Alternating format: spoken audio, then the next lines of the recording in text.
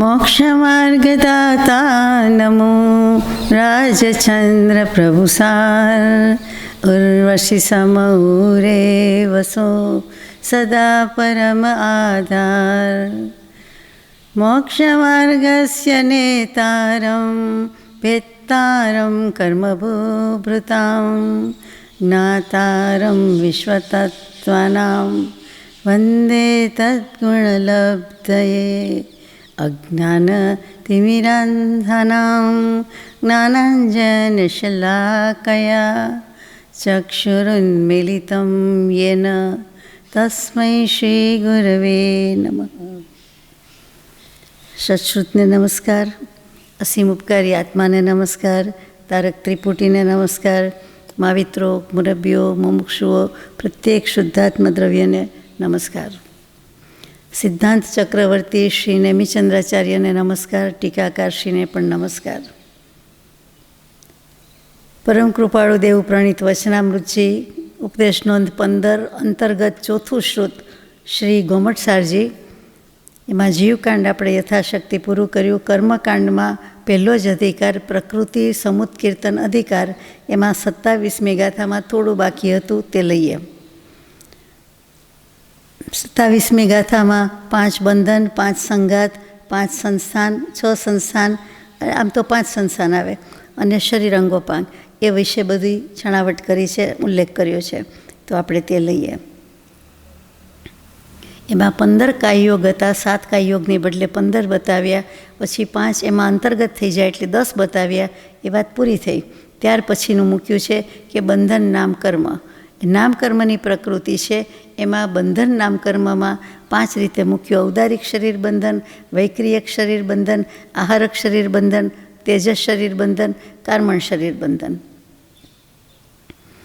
એટલે કે શરીરને જે બંધ લાગે છે, બંધન થાય છે, તે કેવી રીતે બંધ થાય છે શરીરને? તો કે કોઈ પણ શરીર છે, 4-5માંથી કાંઈક શરીર તો લેવાના જ છે. તો એ તેજસ શરીર સાથે કે કોઈ પણ પ્રકારના શરીર સાથે કેવી રીતે બંધ થાય છે? તો કે જે કાર્મણ વર્ગણા છે, પૂતગલ છે, એનો જ જાણે કે પિંડો થઈ જતો હોય અને એનો બંધ લાગી જાય છે. શરીર બંધાવવા માટે કંઈક જોઈએ તો ખરું ને. કોઈ પણ વસ્તુ બાંધવી એટલે લોટનો પિંડ જ યાદ આવે. એ પિંડ કયો કે પિંડો કયો? તો કે માટી હોય તો માટીનો. તો એ જે કાર્મણ વર્ગણા કે પૂતગલ જે કંઈ છે એ બધા જે લેવાનું છે તે, એટલે કે શરીર જે ધારણ કરવાનું છે એની સાથે મળી જાય છે. એટલે કે શરીર તો પછી બને છે. તો કે એ બધા કાર્મણ વર્ગણાના પૂતગલનો પિંડો જ આપણી ભાષામાં લોટ બંધાય છે તેમ. એમાં નાખવાનું શું? તો કે જીવના કરેલા ભાવ, એટલે કશાય ભાવ, શુભાશુભ ભાવ, એ પ્રમાણે એને લેવાનું છે. ક્યાં કઈ ગતિમાં ક્યાં જન્મ લેવાનો, કયું શરીર લેવાનું વગેરે. તો કે એ વખતે જે થાય છે તેનું નામ બંધ કહેવાય છે. જેમ લોટ બાંધ્યો કહીએ, એનો કેવી રીતે આપણે એક્સપ્લેનેશન આપીએ કે સમજાવવું? બાંધ્યો એટલે કંઈ દોરડાથી, દોરીથી કે કઈ રીતે? તો એ કઈ રીતે નહીં, પણ લોટ બાંધ્યો એમાં જે સમજાય છે કે લોટના દળિયા છે, તેમ આ બધા પૂતગલ દળિયા વર્ગણા, કાર્મણ વર્ગણા એ દ્રવ્ય દળિયા, એના જે ઝીણા ઝીણા પાર્ટ્સ કહીએ તે અવિભાગ પ્રતિછેદવાળી અનંત પૂતગલ પરમાણુના સ્કંદ નાના મોટા, એ બધું છે. અને એ પછી બંધાય છે જીવના ભાવ વડે. એટલે કે મોવણ નાખવાનું આવે તો એ શું, શેનાથી બંધાય છે? તેલ, ઘી, પાણી, કેવી રીતે? તો કે એ બધું આ જીવના ભાવ છે તે. એટલે એ જે બંધ થયો, કનેક્ટ થયું, બંનેનું કનેક્શન થયું, એ જે બંધન, એ બંધન નામ કર્મ કહેવાય. શરીર સાથેનું બંધન. બરાબર છે? લોટ બાંધીએ તેમ શરીર બંધાયું. પછીનું છે 5 સંઘાત નામ કર્મ. એ પણ 5 છે. પ્રિન્ટની ભૂલ છે, 4 પછી બંધન નામ કર્મ લખ્યું છે. એ ચોગડો નથી, પાંચડો જોઈએ ત્યાં. અને પછી 5 સંઘાત નામ કર્મ આવે છે. ઔદારિક, વૈક્રિય, આહારક, તેજસ, કાર્મણ, બધી વસ્તુ શરીરને લગતી છે. સંઘાત શું કહેવાય? તો કે ઔદારિક આદિ પૂતગલો છે, એનાથી થતો જે કંઈ પિંડ થાય છે તેને જ સંઘાત કહેવામાં આવે છે. એટલે સમૂહ થાય છે ભેગો તે. પેલો બંધ કીધો, અહીંયા પિંડ કીધો, બંધન એટલે સંઘાત કીધું. સંઘાતનો અર્થ તો ખરેખર સંઘાત છે, સાથે. એટલે આ બધું કનેક્ટ થાય છે, સાથે થાય છે, સંયુક્ત થાય છે, જોઈન્ટ થાય છે, એમાં આવી જાય છે તે સંઘાત. પૂતગલ વર્ગણા એકદમ બધી સમૂહમાં ભેગી થઈ જાય છે. એમ છૂટી છૂટી મૂકી હોય, એક લાઇનમાં મૂકી હોય, એની બદલે બધી ભેગી કરીએ છીએ તેમ. બાજુ બાજુમાં અડીને એકસાથે લોટ જેમ બંધાઈ જાય છે તેમજ તો કે ઔદારિક આદિ જે તે શરીર બંધાવવાનું છે તેના પૂતગલો અને તે જ છે, એ અર્થ કર્યો છે. પછી સંસ્થાન નામકર્મ આવે છે. સંસ્થાન એટલે કોઈ પણ આકૃતિ વિશેષ, કોઈ પણ જાતનો આકાર કયો, આકૃતિ કયો, એનું નામ સંસ્થાન. લોક પુરુષ સંસ્થાને કયો તો કે આ 14 રાજલોકનો આકાર પુરુષ આકારે રહેલો છે. 14 રાજલોક, પુરુષ, લોક અને સંસ્થાન, એટલે ત્યાં આવી ગયું કે આકાર. ક્યાંય પણ કોઈ પણ જગ્યાએ સંસ્થાન વિષય ધ્યાન એટલે લોકના સ્વરૂપનું ચિંતન કરવું કે ધ્યાન કરવું તે. એટલે સંસ્થાન એટલે આકાર, અને અહીંયા સ્વરૂપ કીધો, અહીંયા આપણે આકાર કહીએ છીએ, આકૃતિ વિશેષ. તો પહેલું છે સમચતુરસ સંસ્થાન. સમ ચતુરસ, ચતુરસ્ર એટલે ચારે બાજુથી ચતુષ્કોણ, અને સમ એટલે એકદમ એક સરખું, એકદમ એક સરખું. 12 ઇંચને 2 દોરા હોય તો 12 ઇંચને 2 દોરા જેમ. તો એવી રીતે જે આકૃતિ હોય છે તે એ તીર્થંકર દેવની તો હોય જ છે. પ્રતિમા વિજ્ઞાનમાં પણ એ જ આવે કે પ્રતિમાજી બનાવનારાને એ બધો ખ્યાલ જ હોય કે શ્વેતાંબર પ્રતિમાજીનું સમચતુરસ સંસ્થાન આવું છે, અને દિગંબર પ્રતિમાજીનું જે બધું કે તે પોળો કોઠો કે પોળું બંધારણ છે, પોળું કાંટું છે, એનું બ્રોડ સ્ટ્રક્ચર કરવામાં આવે છે, એ નિયમ છે. તો પણ એ બંનેના જે નિયમ હોય તે એ ઇંચમાં સેન્ટીમીટરમાં જે માપ હોય તે સમચતુરસ્ર હોવું જોઈએ. કોઈને 36 ઇંચના બનાવવાના હોય, 37ના, કોઈને 33ના, કોઈને 11ના, એ બધા ઓડ નંબરમાં જ હોય, આપણે જાણીએ છીએ. તો કે એ જે બનાવવાનું હોય તે પ્રમાણે એ બધી બાજુથી ચોરસ હોય. એટલે કે કપાળથી નીચે ગણો, પલાઠીવાળી હોય પદ્માસન, એ પણ સરખું હોય, સીધે સીધું. પછી જમણા ખભાથી ડાબા ઢીંચણ સુધીનું સરખું હોય, પછી ડાબા ખભાથી જમણા ઢીંચણ સુધીનું સરખું હોય, અને ચોથું જે રહેતું હોય તે એ ચારે બાજુથી ઉપર નીચે લાંબુ પહોળું જે કહો તે બધી રીતે એકદમ બેલેન્સ હોય, એક સરખું જ હોય. એમાં જે ફેરફાર થઈ જાય છે ત્યાં શિલ્પકારની ખબર પડી જાય કે અહીંયા ચૂક્યા છે. એમાં સેજનું જ હોય બધું. દરજીના માપમાં જેમ ખબર પડી જાય છે કે આ કંઈક બરાબર સીવ્યું નથી, એને લીધેલા માપમાં આટલા ઇંચનો કે આટલા સેન્ટીમીટરનો ફરક પડી ગયો છે, અથવા એક બાજુ આમ છે એક બાજુ આમ છે, એવું જ આ ફિલામેન્ટ ટુ ફિલામેન્ટ, યસ, એટલું બધું એક્ઝેક્ટનેસ કે પ્રિસિઝન હોય છે. એ સમચતુરસ્ર સંસ્થાન કહેવાય. પછી બીજું એટલે કેટલાકનું સ્ટ્રક્ચર એટલું સરસ એટલી રીતે હોય કે ગમે તે રીતે ગણો. માત્ર તીર્થંકર દેવનું જોઈએ એવું નથી કે વિતરાગ પરમાત્માનું, પણ જે પુરુષોનું જે લોકોનું હોય છે તે બધાને સમચતુરસ્ર કહેવાય છે. પણ એટલું બધું બેલેન્સ તો તેનું વધારે હોય છે. આમાં જરા ફેર આવે, પેલામાં ના આવે. પછી બીજું છે ન્યગ્રોધ પરિમંડલ. ન્યગ્રોધ એટલે વડ, બનિયન ટ્રી કહીએ તે, વડનું વૃક્ષ, વડનું ઝાડ, વડની વડવાઈઓ ઉગી જાય ને તે બધું, તે એ ન્યગ્રોધ પરિમંડલ એટલે કેવું કહેવાય તો કે વટવૃક્ષ કહીએ. વડનું ઝાડ એટલે શું તો કે જે વૃક્ષનું ચિત્ર દોરતા હોય ને, ખબર છે પિક્ચર ડ્રો કરતા હોય ને, કે અમુક રીતે જ સરસ લાગે, ટિપિકલ જ હોય, ઉપરથી મજાનું ઘટાટોપ લાગતું હોય એવું હોય, અને નીચે સાંકડું જ હોય, આપણે જાણીએ છીએ. અહીંયા પણ એવું છે કે ઉપરનો ભાગ છે એ પ્રમાણસર હોય અને નીચેનો ભાગ છે તે સાંકડો હોય. ખરેખર ન્યગ્રોધ પરિમંડલ. પછી ત્રીજું સ્વાતિ નક્ષત્ર. શરીરના આકારની જ વાત છે, સ્ટ્રક્ચરની જ વાત છે બધી, બંધારણ. તો સ્વાતિ એટલે શું એમ તો કે સ્વાતિ નક્ષત્ર જાણીતું છે, બહુ જાણીતું છે કે એમાં અમુક વખતે વરસાદ પડે, અને એ વરસાદનું ટીપું કે ઉપરથી એટલે વરસાદ જ કહેવાય, કે કોઈ પણ રીતે એ પાણીનું બિંદુ, બીજી રીતે હોય તો એમ તો કે એ માછલીના પેટમાં જાય ત્યારે તે, એટલે કે માછલીના મોઢામાં જાય તો એ મોતી બનીને રહે છે, કારણ કે એ સ્વાતિ નક્ષત્રનું પાણી છે. જેમ મઘાના મેં છે તેમ સ્વાતિ નક્ષત્રનું જળબિંદુ છે, એવું કહેવાય છે. અહીંયા સ્વાતિ એટલે શું તો કે સ્વાતિ નક્ષત્ર સારું કહેવાય છે, તેમ સ્વાતિ નક્ષત્રની જેમ સારું સ્ટ્રક્ચર હોય છે, તે ઉપર નીચે બધું સરખું ને સારું એમ. અને બીજું સ્વાતિનો અર્થ છે સાદી અથવા સાચી. કોઈક હવે છોકરીનું નામ, દીકરીનું નામ સાચી રાખતું થઈ ગયું છે. સાચી નહીં, સાચીનો સ્તૂપ નહીં, બૌદ્ધ સ્તૂપ છે તે નહીં. સા ઉપર મીંડું કરે તો સાચી થઈ જાય, એ નહીં, પણ સાચી. સાચી એટલે ખરી ને ખોટી, રાઈટ, સાચી, એ કરેક્ટ બધું કરે છે એમ, એ પણ નહીં, એ સાચી પણ નહીં, પણ સાચી એટલે આ સાદી, અને આ સ્વાતિ, અને સાચી એટલે શાલ્મલી વૃક્ષ. આ જૈન આગમની પરિભાષા છે. એટલે સાચી એટલે શાલ્મલી વૃક્ષ. અને શાલ્મલી નામ પણ એ આગમનું કે વનસ્પતિ કોષનું નામ છે. વ્યવહારમાં આપ કદાચ બીજું કહેતા હશો, પણ જે હોય તે શાલ્મલી વૃક્ષ જેટલું સારું સ્ટ્રક્ચર કહેવાય. એટલે કે ઉપર અને નીચે બધું સુંદર હોય એમ. પછી પાંચમું કુબ્જ સંસ્થાન. કુબ્જ એટલે તો ખબર પડી જાય કે કુબડું કે કદરૂપું સંસ્થાન હોય તે. અને એને ઘણીવાર આપણે વામણું કહીએ છીએ, ઘણીવાર નીચું કહીએ છીએ, ઘણીવાર ઠીંગણું કહીએ છીએ, ઠીંગણું કહીએ છીએ, પણ કુબ્જમાં આવી ગયું એટલે કદરૂપું પણ એમાં લઈ લીધું. અને પાંચમું જુદું છે વામન, એમાં આવશે ઠીંગણું, વામણું અથવા નીચું, ઘણું નીચું હોય. અને પછી છઠ્ઠું હુંડ સંસ્થાન, તો કે બધા જ અવયવ પ્રમાણ વિનાના હોય, પ્રમાણહીન, પ્રમાણ ભાન વિનાના હોય, બધા અવયવ એવા હોય. અને બિહામણું હોય, ભયંકર હોય, જોઈને બીક લાગી જતી હોય એવું હોય. જુઓ, જીવ માત્રના સંસ્થાનમાં આવી જાય તો 14 રાજલોકમાં તો કેટલાય જીવ બિહામણા હોય જ છે ને. આપણી દૃષ્ટિ સૃષ્ટિમાંય અત્યારે વર્તમાનમાં કેટલાય જીવ હોય છે, તિર્યંજ ગતિના કે બધા, કે જોઈને જ બીક લાગી જાય. તો પછી બીજા તો હોય જ ને.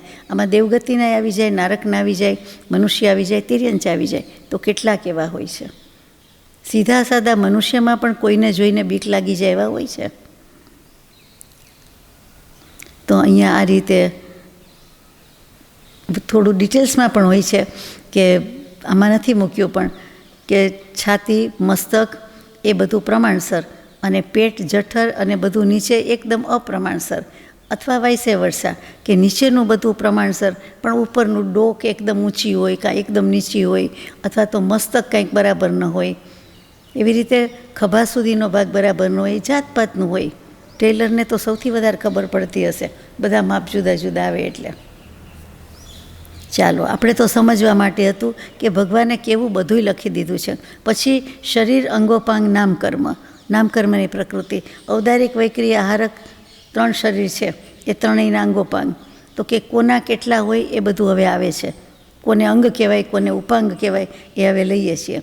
તેજસ અને કાર્મણ શરીરને અંગ ઉપાંગ હોતા જ નથી, સવાલ જ નથી. એમ થાય ને 3 જ શરીર કેમ આવ્યા, તો આમાં નથી.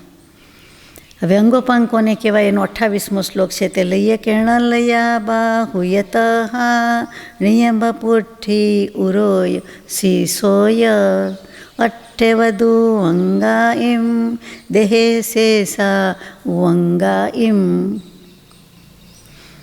2 હાથ 2 પગ, નિતંબ, પીઠ, હૃદય અને મસ્તક, આ 8 શરીરના અંગ છે. મુખ્ય 8 અંગ કયા? હાથ પગ તો આવડે જ, મસ્તક આવડે, પીઠ આવડે એટલે 2 આવડે, હૃદય આવે, મસ્તક, બધા મુખ્ય આવી ગયા. પછી વધારે એક ભૂલી જવાય તેવું તે નિતંબ આવ્યું, કે કમરનો પાછળનો ભાગ, એ ગણીને 8 શરીરના અંગ છે, જેને આપણે સીટ કહીએ છીએ તે. અને બીજા બધા કાન, આંખ વગેરે ઉપાંગ કહેવાય છે. એ મુખ્ય અંગમાં ન આવ્યું, કાન અને ઉપાંગ. શું કામ? તો કે કાન, નાક, પછી શું લખ્યું છે, આંખ, એ ત્રણેય આમ જુઓ તો આખા શરીરમાં ઓતપ્રોત થઈ ગયેલું છે ચામડીની સાથે. એવું નથી જાણે પાછળથી કાન લાવીને મૂકવું હોય તો મૂકી શકાય, નાક લાવીને મૂકવું હોય તો મૂકી શકાય, એવું છે. જાણે કે ચોંટાડેલું છે, અથવા તો પછી આવેલું છે. સમજવા માટે કહું છું, હોય તો પહેલેથી જ. અને જ્યારે બીજું બધું છે એ બધું એવું ન લાગે, એ મુખ્ય અંગ કહેવાય. અને આને ઉપાંગમાં લઈ લીધા છે. ચાલશે? તમે કબૂલ થાવ છો? મને તો એમ થાય કે એવા તો હાથે લટકતા રહીએ છે, તો હાથે કહેવાય ચોંટાડ્યા હોય, એવા ન કહેવાય, ન કહેવાય. આમાં જે લખ્યું છે એ સાચું. એટલે કે આંખ અને કાન વગેરે, આમાં નાક પણ નથી લખ્યું, પણ વગેરેમાં નાક આવી જાય, એ ઉપાંગ કહેવામાં આવે છે. મને પ્રશ્ન થાય કે અંગ અને ઉપાંગ તો લખ્યું, અંગોપાંગ લખ્યું નથી. તો અંગોપાંગ તો બોલાય જ છે, કોને કહેવાય? અંગ અને ઉપાંગ એમ નહીં, પણ અંગોપાંગ એટલે અંગોપાંગ નામનું કંઈક હશે જ ને જુદું. આમાં બધું નથી આવી જતું. વાળ ન આવ્યા, નખ ન આવ્યા, એ બધું અંગોપાંગ કહેવાય. પાંપણ ન આવી, પછી હાથમાં આમ જુએ તો રેખા ન આવી, નસ દેખાતી હોય એ ન આવી. પછી આમ રેખા એટલે હથેળીમાં જે દેખાય છે બધા લીટા, તો મારી ભાષામાં લીટા છે. જ્યોતિષશાસ્ત્રને તો મસ્ત મોટી કિંમત છે, એનું મૂલ્ય બહુ છે. તો એ બધું અંગોપાંગમાં જાય છે. એકલું અંગોપાંગ.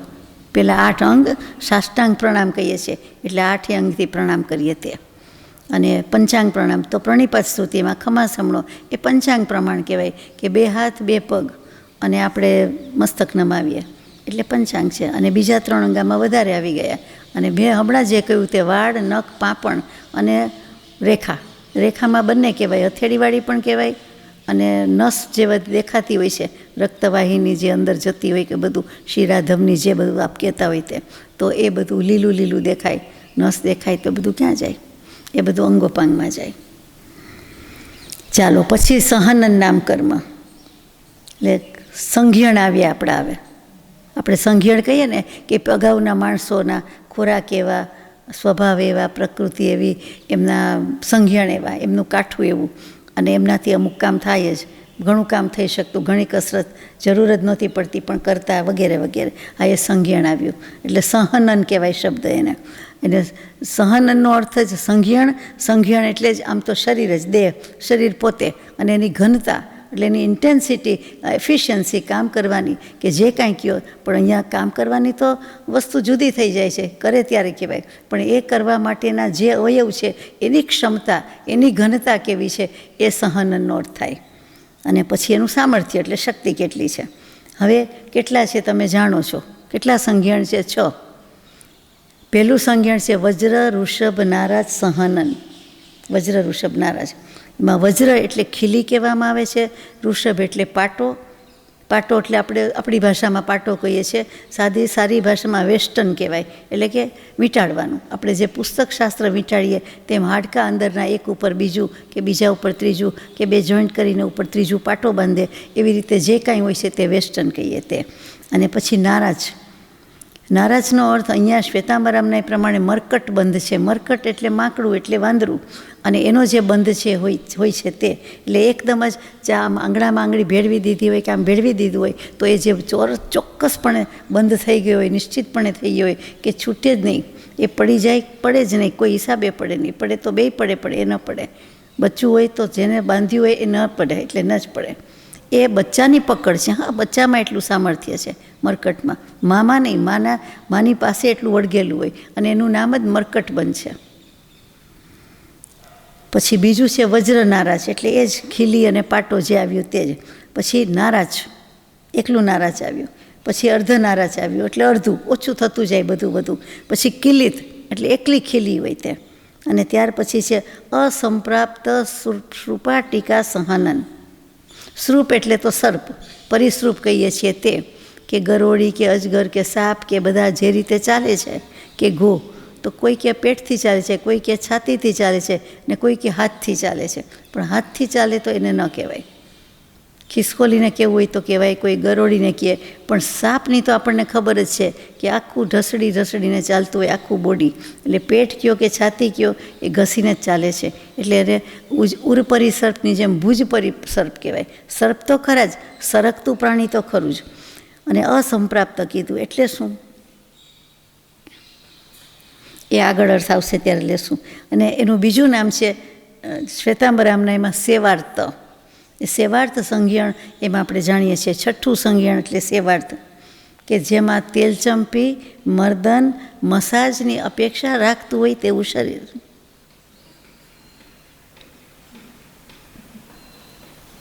એને બધી જરૂર પડે, લોશનની, દવાની, મલમની, ઓઇન્ટમેન્ટની બધી જરૂર પડે. ચોખ્ખું લખ્યું છે એવું. અને સેવાર્થ આ પુસ્તકમાં નથી લખ્યું, આ ગ્રંથમાં નથી લખ્યું. એનું નામ સેવાર્થ, એટલે પ્રાકૃતમાં સેવાત કહેવાય છે તે, અને સંસ્કૃતમાં અસંપ્રાપ્ત, એટલે કે નથી, કે મળ્યું નથી, કે જોડાયેલું નથી, તે એવો જ અર્થ આવશે. અને શ્રુપાટિકાનો ખરેખર અર્થ તો પક્ષીની ચાંચ થાય છે. શ્રુપ એટલે સર્પ, પણ શ્રુપાટિકા આખો શબ્દ છે, એનો અર્થ પક્ષીની ચાંચ થાય છે. હવે પક્ષીની ચાંચ કેવી હોય તમે જાણો છો, પ્રમાણમાં તૂટી જાય હોય, કડક હોય, પણ જો કાંઈક થયું તો તૂટી જાય, પછી પતી ગઈ વાત. એવી રીતે આ બધા ફ્રેક્ચર થાય તો ડૉક્ટર સારા છે, દેહના ડૉક્ટરને ઓર્થોપેડિસ્ટ કે સાંધી દે છે, નહીંતર પતી ગઈ વાત. પ્લાસ્ટિકની કચકડું તૂટી જાય તેવું, એકદમ કઠણ પ્લાસ્ટિક હોય એ તૂટી જાય, કડક હોય એ તૂટી જાય, પણ પેલું લૂઝ હોય કેટલું ચીકણું હોય છે, સ્નિગ્ધ, એ કેમેય તૂટે નહીં, વળે પણ તૂટે નહીં, બળે પણ તૂટે નહીં, એના જેવું.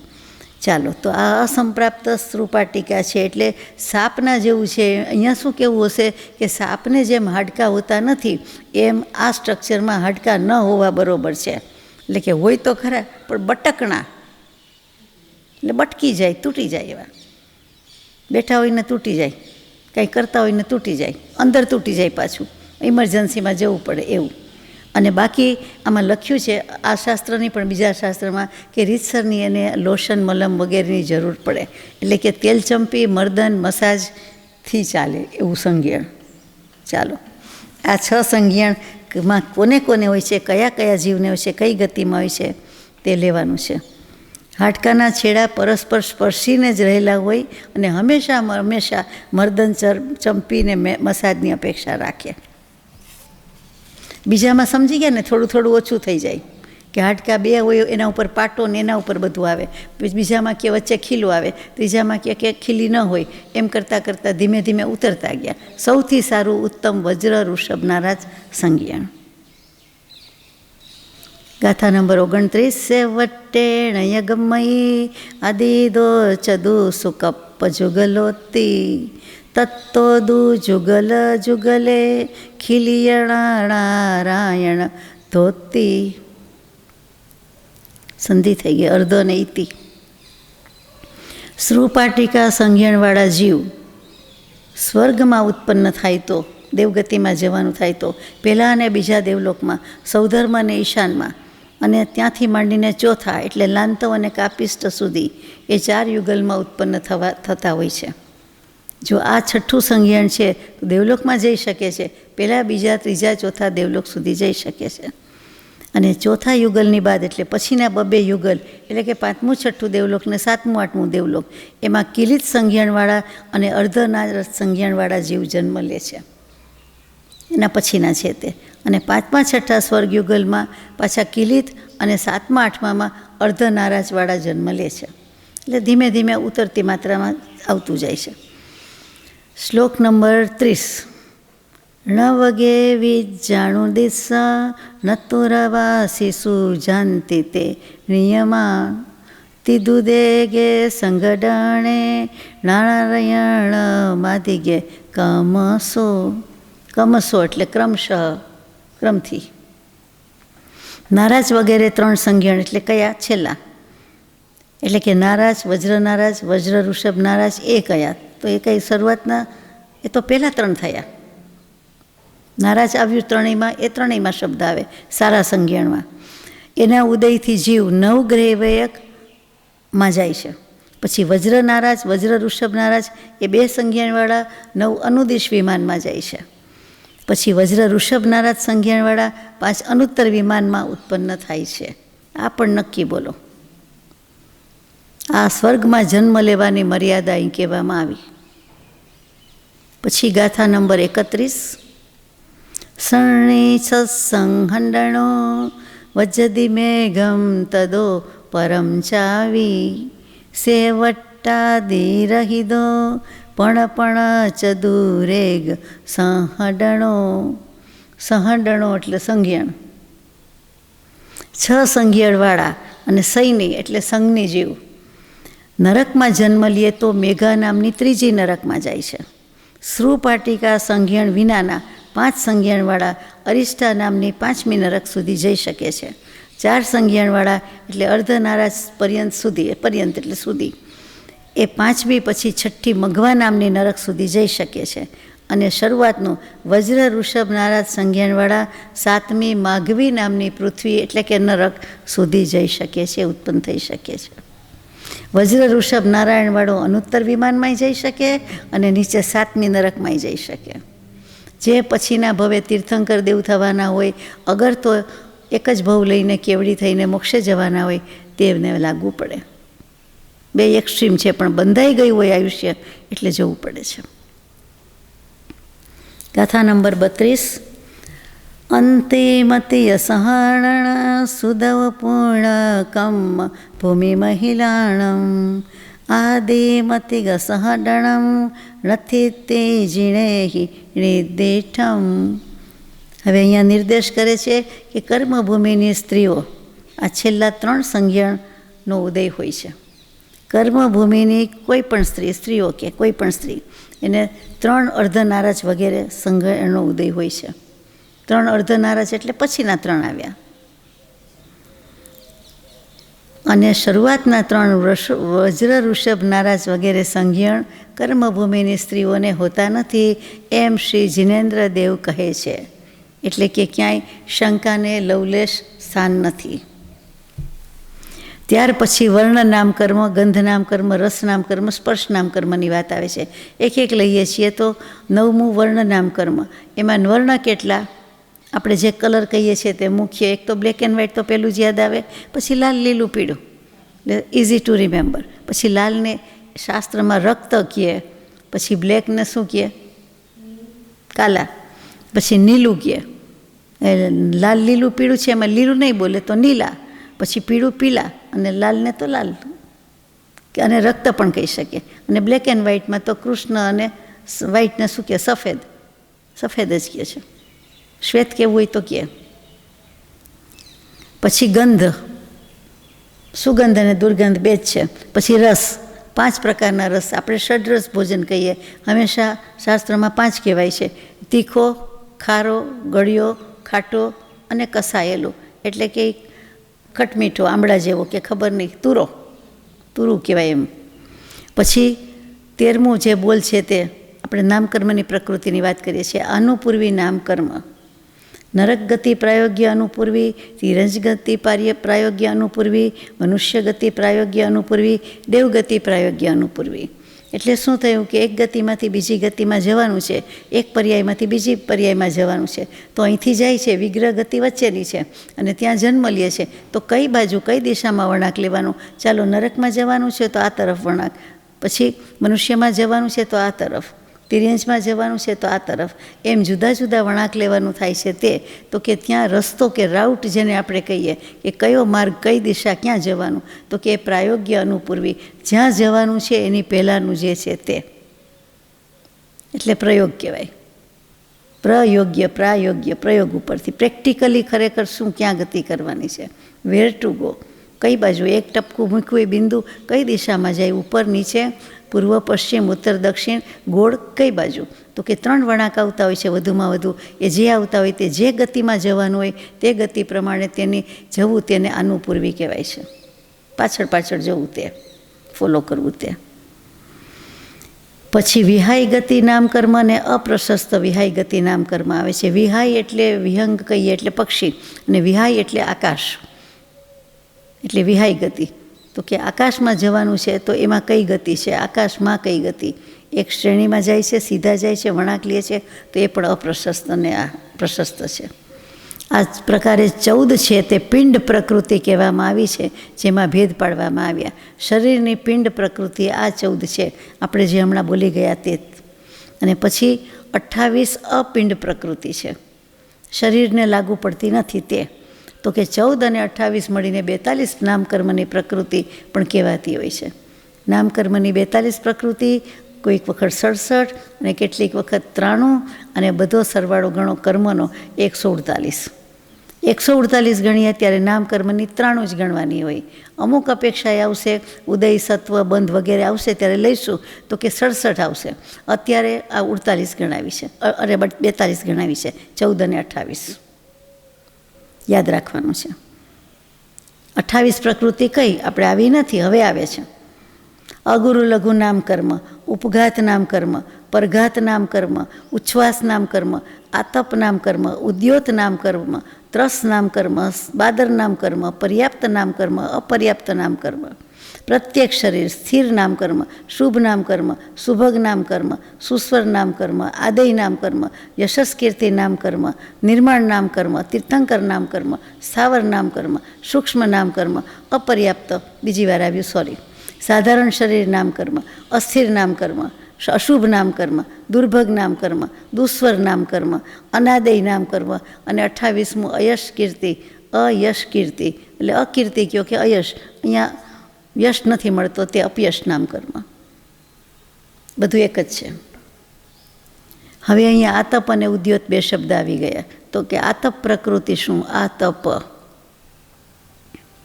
તો કે આતપ એટલે તો પ્રકાશ, અગ્નિ, એવું બધું અર્થ થાય. તો અગ્નિકાયમાં જ જાય ને એમ કહ્યું છે, શંકા કરી છે.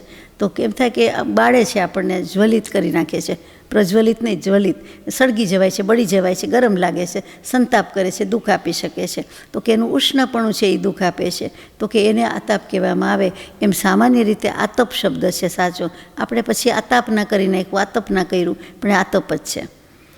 તો કે છે આતપ એને કહેવાય એવું નથી. આતપનું લક્ષણ આગમિક દૃષ્ટિએ જુદું છે કે આગનું મૂળ અને પ્રભા બંને ઉષ્ણ હોય છે. એટલે એનો શ્લોક છે લઈએ પહેલાં, ગાથા નંબર 33. મુલ્લોહ પહા અગ્ઞે આદાવહો દે ઉર્ણ સહિય પહા આ ઈચ્છે તેરીચ્છે ઉણહુણ પહા હું ઉજ્જો ઓ. આગ અગ્નિ એનું મૂળ અને પ્રભા, પ્રભા એટલે પ્રકાશ, બંને ગરમ હોય છે. મૂળમાંય ગરમ હોય અને પ્રકાશ પણ. તડકો યાદ કરો ને એટલે સમજાઈ જશે. એટલે એ સ્પર્શ નામ કર્મના ભેદ અને ઉષ્ણ નામ સ્પર્શ કહેવું પડે. સ્પર્શ માટે ઠંડુ હોય, ચંદ્રની ચાંદની હોય તો ઠંડામાં આવે, શીતમાં, નહીં તો ઉષ્ણમાં આવે. અહીંયા આતપની વાત છે એટલે ઉષ્ણ. તો જે કેવલ પ્રભા એટલે કે કિરણોનો પ્રસ્તાર ફેલાવો જે હોય એ ઉષ્ણ હોય તેને આતપ કહેવામાં આવે છે. જેના કિરણો ગરમ હોય કે જેનાથી ઉષ્ણતા ગરમી મળતી હોય તે. હવે ગરમી તો એકથી જ મળે છે, સૂર્યથી જ. એટલે સૂર્યની ગરમી તડકો કહેવાની બદલે તડકાને સમજાવવા માટે આ ભગવાનને આટલું લખવું પડ્યું છે, આતપ. હવે આપણે કહીએ અંધારું થયું, તો અંધારું એટલે શું છે? રાત પડી એટલે શું? પૂતગલની જ બાજી છે. બધા અનંત પ્રકારના પૂતગલ છે, એમાંથી જ રાત પડી અંધારું થયું એટલે એ જ છે કે પ્રકાશ ગયો, પ્રકાશ નથી હવે, એટલે આતપ નથી, તો અંધકાર છે. તો અંધકાર કીધો જ છે, પૂતગલ જ છે, એટલે પૂતગલનો જ સમૂહ થયો. આમાં આપણને સમજવું હોય કેવું હોય તો અઘરું પડે કે કેવી રીતે થયું. રાત થઈ બોલો અને રાત પડી બોલો, પણ શું અંધારું થયું એટલે ખરેખર શું કહેવું છે? તડકો આવ્યો એટલે શું એ આવે છે. હવે તો આતપ કહ્યું તે સૂર્યના ઉદયથી થાય, તો કે સૂર્યના બિંબમાં, એટલે બિંબ એટલે વિમાન, આપણને દેખાય છે તે સૂર્ય મહારાજા નથી, એ સૂર્યનું વિમાન. એ વિમાનમાં ઉત્પન્ન થયેલા બાદર પર્યાપ્ત પૃથ્વીકાયના તિર્યંચ જીવો સમજવા જોઈએ, એ જાણો.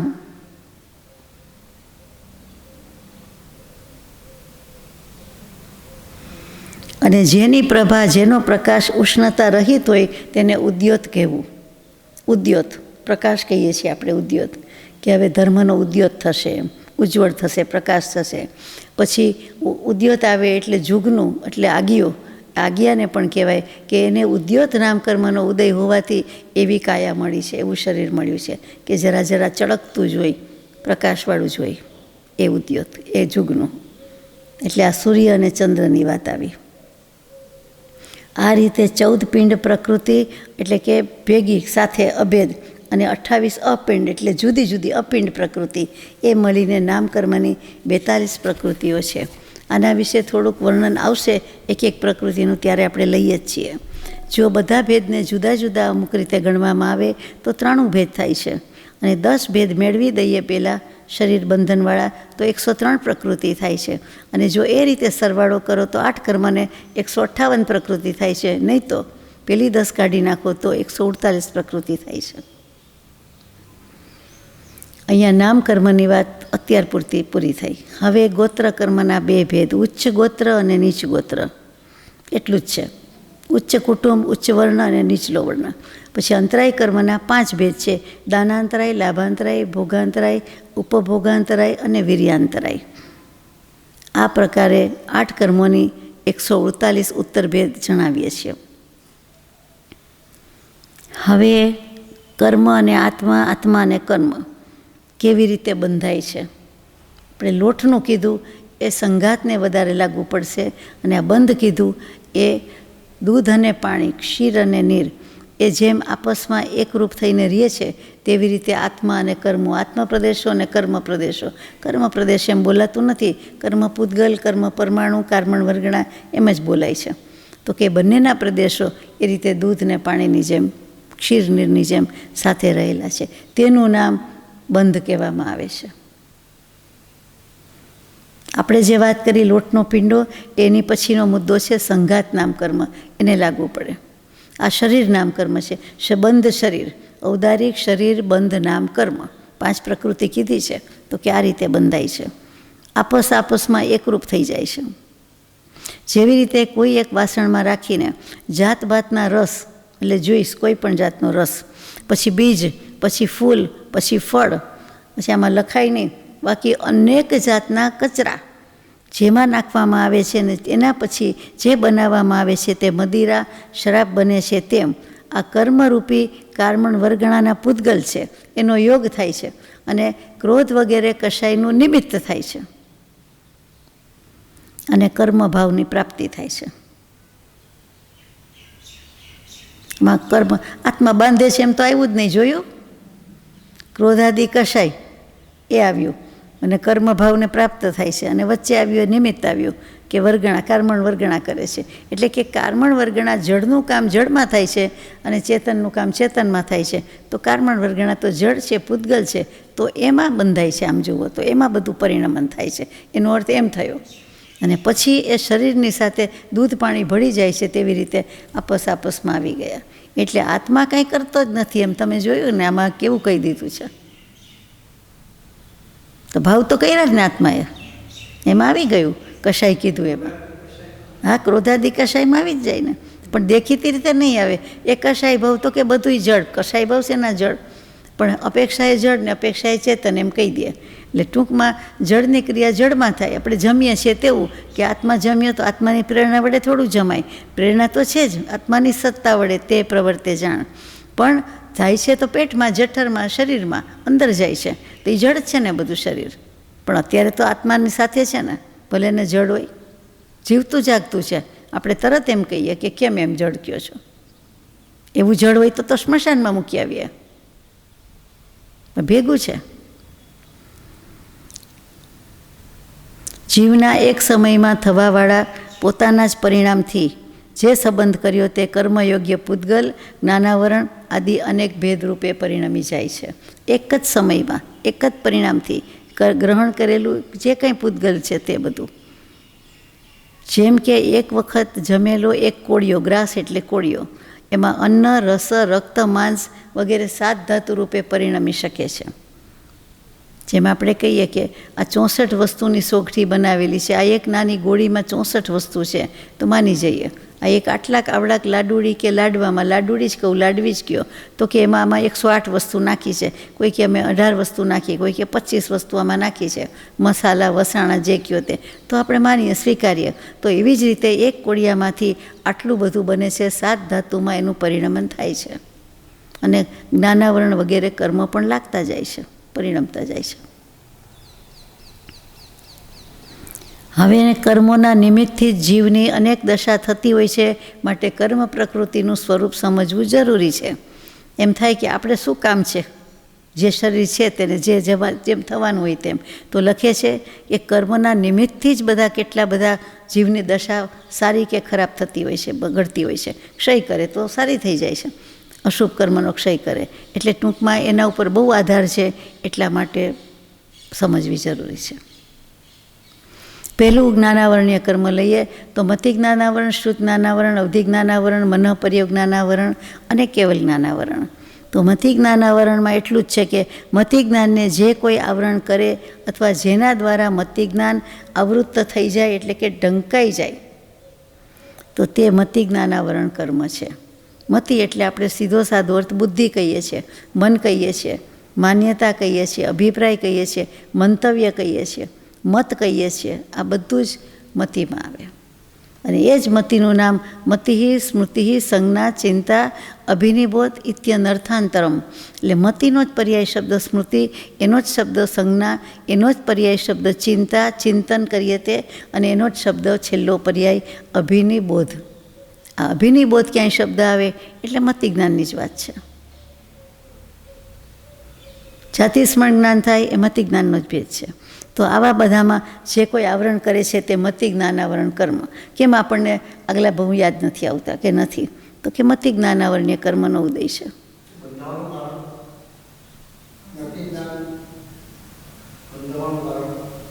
બંધાવાનું કારણ શું આવશે ને, આગળ ચેપ્ટરમાં આવશે બધું આવશે. પછી શ્રુત જ્ઞાનને આવરણ કરે તે શ્રુત જ્ઞાનાવરણીય કર્મ છે. શ્રુત જ્ઞાનને આવરણ એ તો સમજાય આપણને. એ શાસ્ત્ર આપણે આપીએ નહીં, પુસ્તક આપીએ નહીં, અથવા તો કંઈ એના વિશેનું કરીએ નહીં, એના પ્રત્યે અનાદર હોય, અરુચિ હોય, વાંચવું જ ન ગમે, ભણવું જ ન ગમે, કોઈ કરે તો પણ ન ગમે, એવી ઘણી બધી રીતે છે. અને આવરણ કરેલા જ છે બધાએ. કોઈ એમ ન કહી શકીએ કે મારે જ્ઞાનાવરણીય નથી. જ્ઞાનાવરણીય છે જ, શ્રુત જ્ઞાનાવરણીય છે જ, બધાને છે. મતિ જ્ઞાનાવરણીય છે જ. એટ ધ સેમ ટાઈમ મતિ અને શ્રુત જ્ઞાન પણ છે, એના વિનાના નથી, પણ આવરણ પણ છે. કેવલ જ્ઞાની કહી શકીએ કે મારે એકેય જ્ઞાનનું આવરણ નથી. હવે પછી અવધિ જ્ઞાન આવરણ, કે અવધિ જ્ઞાનને જે આવરણ કરે તે અવધિ જ્ઞાન આવરણ, મન પર્યોગ જ્ઞાનને કરે તે પ્રમાણે, અને કેવલ જ્ઞાનને ઢાંકી દે છે તે કેવલ જ્ઞાનાવરણ કર્મ છે. આ 5 ભેદોનું સ્વરૂપ છે. હવે આવરણ કરીએ એટલે આવરણ શું? તો કે સંસ્કૃતથી સમજાવ્યું, સરસ છે. આવૃણોતિ આવ્રિયતે આવરણમ, એવી વ્યુત્પત્તિ થાય છે કે જે કોઈ વસ્તુ છે એને આવરી લે છે, આચ્છાદન કરી દે છે, ઢાંકી દે છે, કવર કરી લે છે, એટલે દેખાતું નથી, હોઈ શકતું નથી, પ્રગટી શકતું નથી, એટલે કે આવરેલું છે. ઘણી વખત આવરણ એટલે આવરેલું, અને ઘણી વખત વસ્ત્ર આવરણ કહીએ છીએ તે કે ઢાંકી મૂકેલું, એટલે અંદર તો છે જ, ખબર જ છે, પણ બહાર કાઢો એટલી વાત, અથવા કપડું કે આવરણ લઈ લ્યો એટલી વાત, એટલે નીચે પડેલું જ છે. કૃપાળદેવ જ્યારે એમ કે અમારા વિશે આટલું જ્ઞાન આવરિત થઈને પડ્યું છે, ત્યારે આવરણના અર્થમાં નથી, આ બંધનના અર્થમાં નથી, પણ અમે એનાથી અવરાયેલા, છવાયેલા છીએ. અમારામાં બારોબાર છલકાય છે, પડેલું છે. અમે એનાથી ઢંકાયેલા છીએ, લદોલત છીએ. અમે બહાર પડ્યા નથી, અમે પ્રગટ થયા નથી. એટલે લિખિતાંગ અપ્રગટ એમ. પણ તે રીતે કે ત્યાં આવરિતનો અર્થ એમ છે, ત્યાં આવરણ નથી. આ રીતે આવરિત છે.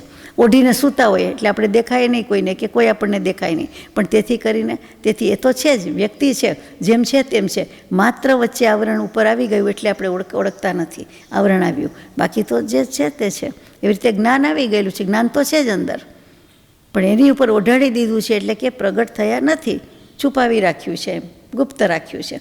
એ પણ અર્થ થાય, એટલે ધ્યાન રાખવા જેવું છે. પછી દર્શનાવરણીય કર્મની વાત આવે છે, જે આંખથી જોઈ ન શકાય તે, દર્શન ન કરી શકે તે.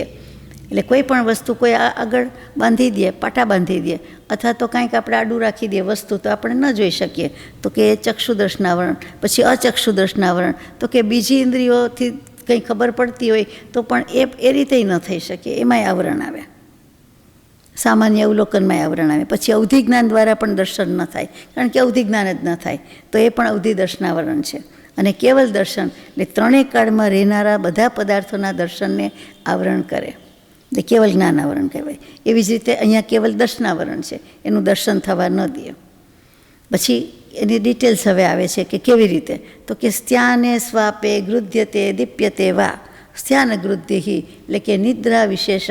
છેલ્લી ગાથાથી એમણે શરૂ કર્યું છે, છેલ્લી નિદ્રાથી. દર્શનાવરણીયના 9 પ્રકાર, એમાં 4 દર્શન અને 5 નિદ્રા. 5 નિદ્રામાં છેલ્લી નિદ્રા આપણે બોલીએ છીએ, જે એમણે પહેલી લીધી છે, જેને આપણે પ્રાકૃતમાં થીણદ્ધિ કહીએ છીએ. થીજેલા ઘી જેવું યાદ રહી જાય, થી ઉપરથી થીણદ્ધિ. અને સંસ્કૃતમાં સ્ત્યાન ગૃદ્ધિ, STY, સ્ત્યાન, સ્નાન નહીં પણ સ્ત્યાન ગૃદ્ધિ. હવે સ્ત્યાનનો અર્થ શું કર્યો અને ગૃદ્ધિનો અર્થ શું કર્યો? તો કે નિરુક્તિથી એટલે વ્યુત્પત્તિથી જોઈએ તો સ્ત્યય ધાતુ છે. સ્ત્યય ધાતુ એટલે સૂઈ જવું, ઊંઘી જવું. અને ગૃદ્ધ ધાતુ એટલે દીપ્તિ, પ્રકાશ, દીપે છે, શોભે છે, અને વધારે તો દીપ્તિ એટલે પ્રકાશ. એટલે જે સૂવામાં, ઊંઘવામાં પરાક્રમ કરે છે, પ્રકાશ કરે છે, કોનું? પોતાનું પોત પ્રકાશી જાય છે તે. એટલે કે આવી ઊંઘવાળો આવી નિદ્રામાં જઈને પોતાને જે પરાક્રમ કરવું છે એટલું બધું અર્ધચક્રી જેટલું બળ આવી જાય, અને પછી પાછું જે પરાક્રમ કરી આવે છે તે નિદ્રાવાળાની વાત છે.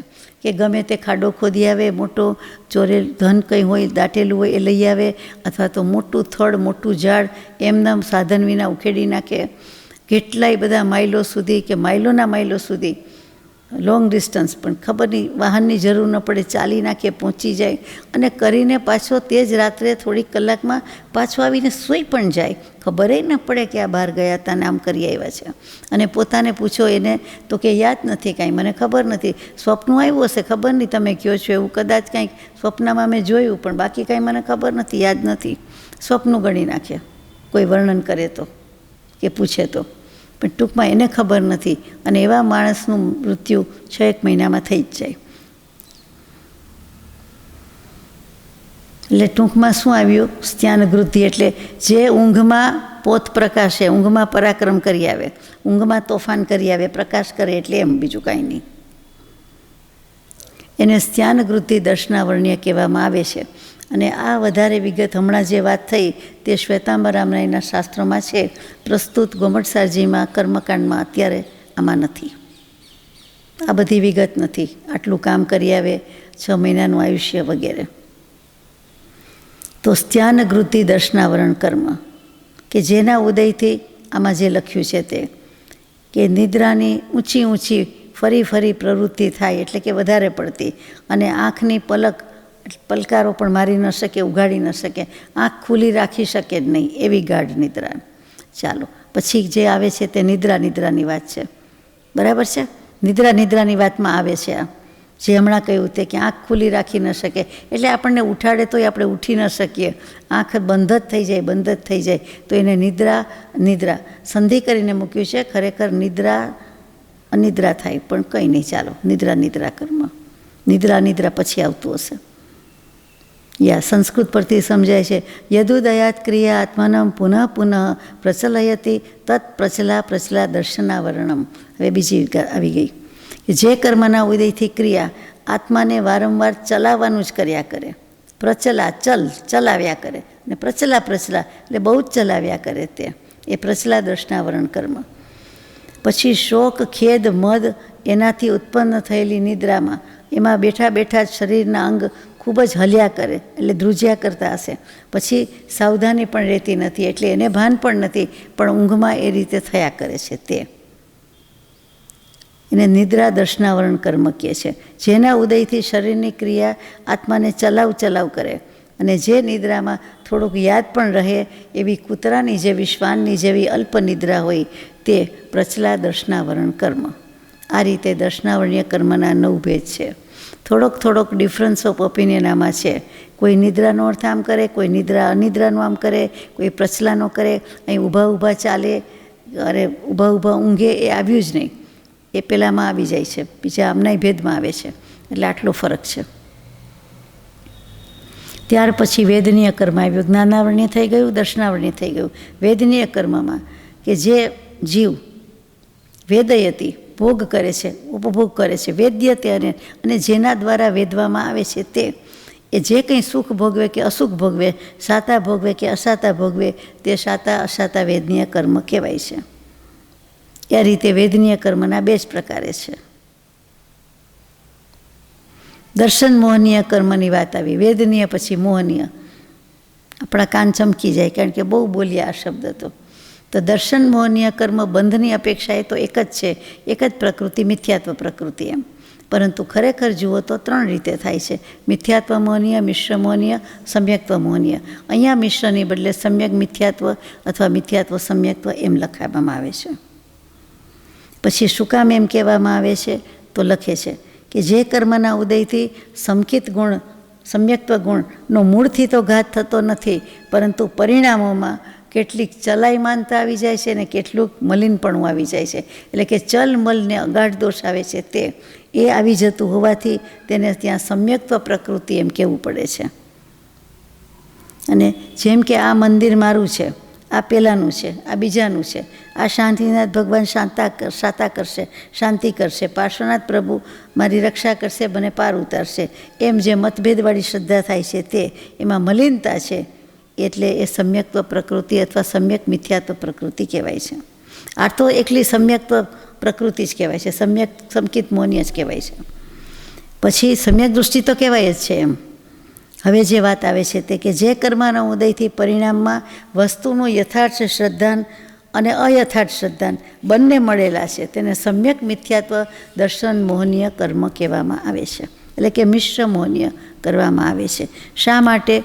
તો કે એમાં સંકિતય ન કહેવાય અને એને મિથ્યાત્વ પણ ન કહેવાય. એ પ્રકૃતિની અંદર સંકિત પણ નથી અને મિથ્યાત્વ પણ નથી, એટલે આપણે કહી શકાય નહીં. સંકિતય ન કહી શકાય ને મિથ્યાત્વય કહી શકાય નહીં. એટલે આ ત્રીજો ભેદ જુદો જ માન્યો છે અને આ દર્શન મોહનીયના આ પ્રકારે 3 ભેદ ગણ્યા છે. એકલા મિથ્યાત્વમાં ન આવી જાય, પણ ન આવી જાય. બંધ અપેક્ષા એ 3 છે. ઉદય અને સત્વ, સત્તા, એમાં તો નથી, એમાં એકમાત્ર મિથ્યાત્વ જ છે. ચારિત્ર મોહનીયના 2 ભેદ હવે આવે છે.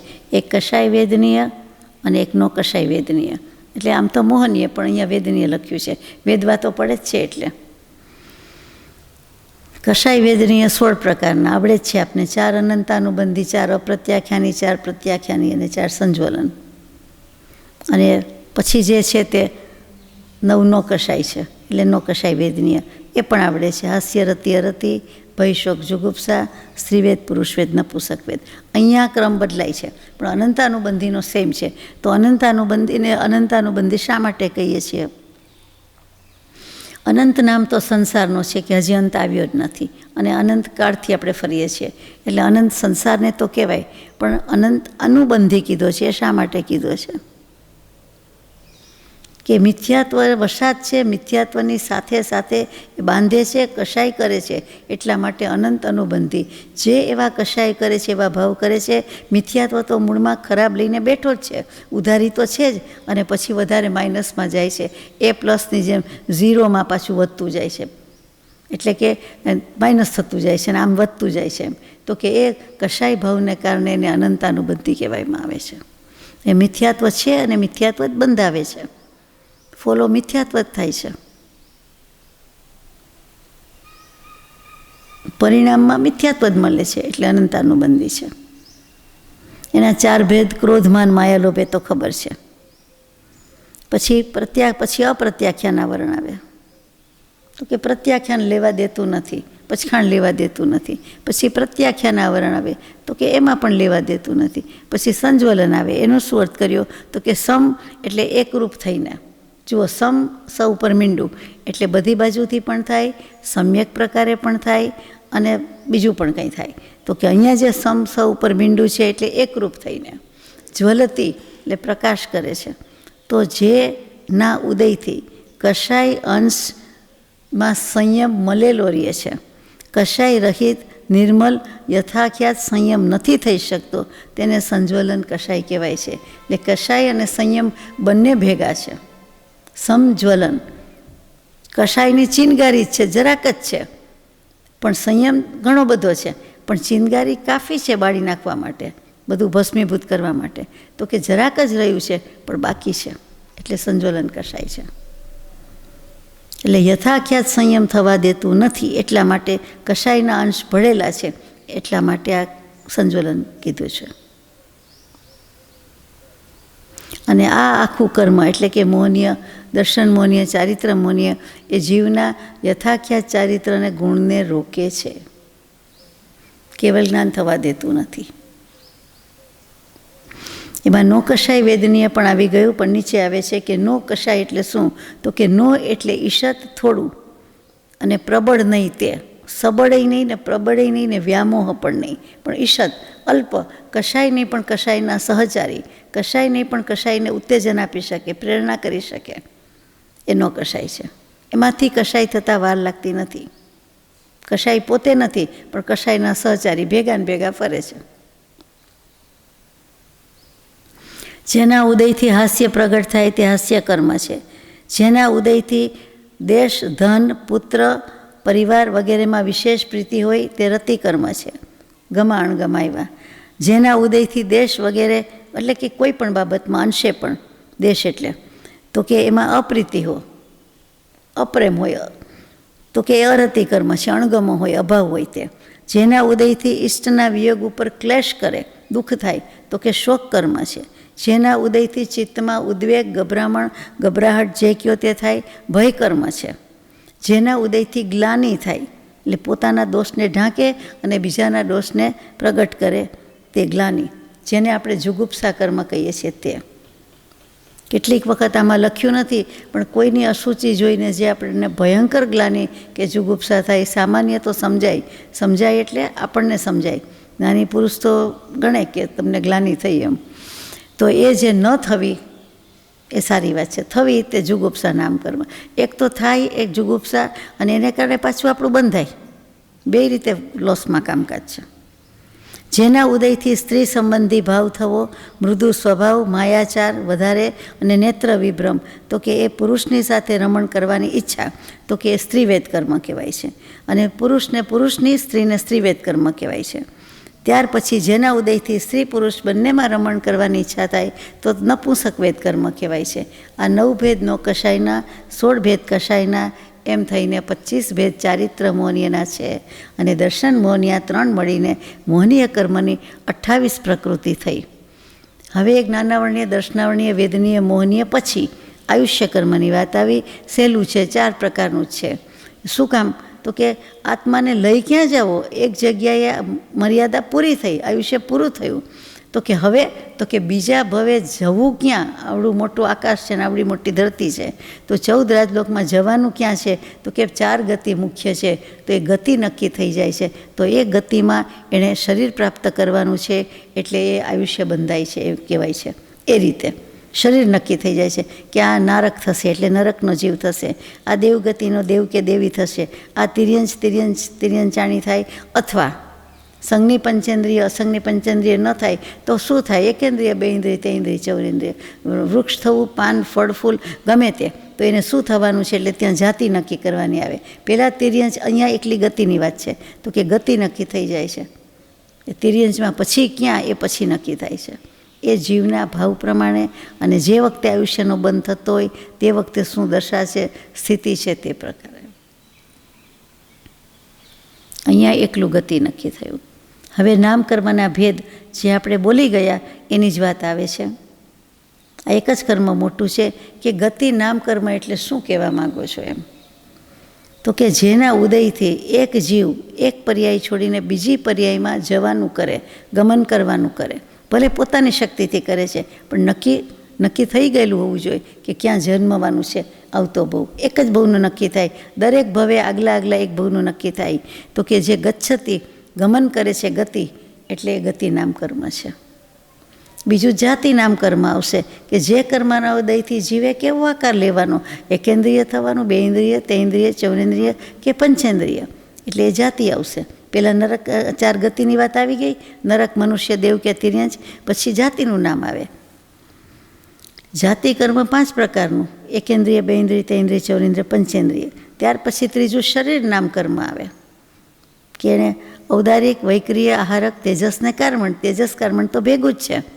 આહારક તો લબ્ધિધારીને જ કરવાનું છે, પણ કરવાનું તો છે ઔદારિક અને વૈક્રિય, તો કે એ શરીર ધારણ કરવાનું આવે છે, એટલે ત્યાં શરીર નામ કર્મ છે. અને એ 5 પ્રકારે છે: ઔદારિક, વૈક્રિય, આહારક, તેજસ, કર્મણ. એ શરીર એટલે અહીંયા કર્મ પરમાણુઓનો સમૂહ, ઢગલો, એ જ છે, બીજું કાંઈ નથી. પછી પાછું આ પૂતગલ સ્કંદના પ્રદેશોનો હિસ્સો કર્મના ઉદયમાં આપસમાં સંબંધ હોય તેને બંધન નામ કર્મ કહેવામાં આવે છે. હવે આ પૂતગલ બંધાય છે, શરીરનું આવી તો ગયું, હવે સંઘાત કેવું છે, એટલે કે આ આપસમાં કેવી રીતે થાય છે? તો કે એના માટેનું છે શબ્દ મૂક્યો છે બંધન નામ કર્મ. શરીર થઈ ગયું, હવે બંધન આવ્યું, પછી આપણે સંઘાત આવશે. એટલે ઔદારિક શરીર બંધન, વૈક્રિય શરીર બંધન, આહારક શરીર બંધન, તેજસ શરીર બંધન, કર્મણ શરીર બંધન. આ રીતે 5 ભેદ. ઔદારિક વગેરે શરીરના પરમાણુ આપસમાં મળીને છિદ્ર રહિત બંધનને પ્રાપ્ત થાય અને એકરૂપ થઈ જાય, એટલે કે લોટના દળિયાની જેમ એકદમ ખીચોખીચ ભેગું થઈ જાય, તેને સંઘાત નામ કર્મ કહેવામાં આવે છે. પિંડાની જેમ આખો પિંડો વળી જાય છે, પિંડ થઈ જાય છે. તે એ 5 શરીરને સંઘાત લાગુ પડે છે. અને પછી જે કર્મના ઉદયથી શરીરનો આકાર કે શકલ, આપણે કહીએ ને કે શકલ તો જુઓ, ઊંઘીને ઉઠ્યા છું, મોં તો જુઓ અરીસામાં ખબર પડે, તો કે એ શકલ એટલે આકૃતિ, આકાર, એ સંસ્થાન નામ કર્મ કહેવાય છે, કે જેના ઉદયથી શરીરના આકાર નક્કી થાય છે. સમચતુરસ, ન્યગ્રોધ પરિમંડલ, સ્વાતિ, કુબ્જક, વામન અને હુંડક અથવા હુંડ, એ સંસારની વાત છે. આપણે એટલું લઈએ આગળ, કે જેના શરીરનો આકાર ઉપર, નીચે અને વચ્ચે એક સરખો હોય અને અંગોપાંગની લંબાઈ પહોળાઈ સામુદ્રિક શાસ્ત્ર પ્રમાણે બરાબર હોય તેને સમચતુરસ્ર સંસ્થાન કહેવામાં આવે છે.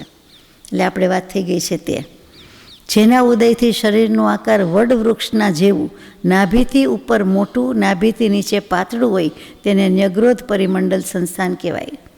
જેના ઉદયથી સ્વાતિ નક્ષત્રની જેમ અથવા તો સાપનું શું, હવે સાપની જીભવા હોય, સાપની જીભ છે એ કેવી હોય, પક્ષીની ચાંચ કહેવાય તો સાપની તો જીભ કહેવાય, તો કે એના જેવો શરીરનો આકાર હોય.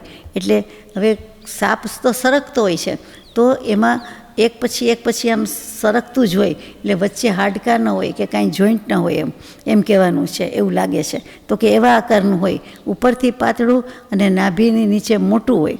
અહીંયા તો એવું લખ્યું છે અર્થાતમાં, તો એને સ્વાતિ સંસ્થાન કહેવામાં આવે છે. એટલે સ્વાતિ એટલે શાલ્મલી વૃક્ષ, સાચી વૃક્ષ, સાદી, બધી રીતે જુઓ તો શુભ કેવું છે, સ્વાતિ નક્ષત્રની જેમ, એટલે શુભ હોય છે, સારામાં ગણાવ્યું છે, ખરાબમાં ગણાવ્યું નથી.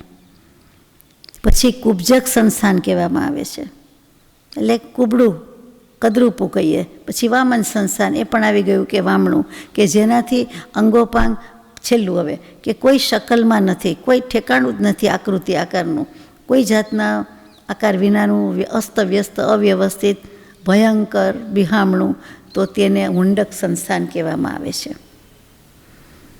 બાકીનું આપણે ઘણું બાકી છે, આવતીકાલે લઈશું. સજાત્મ સ્વરૂપ પરમ ગુરુ.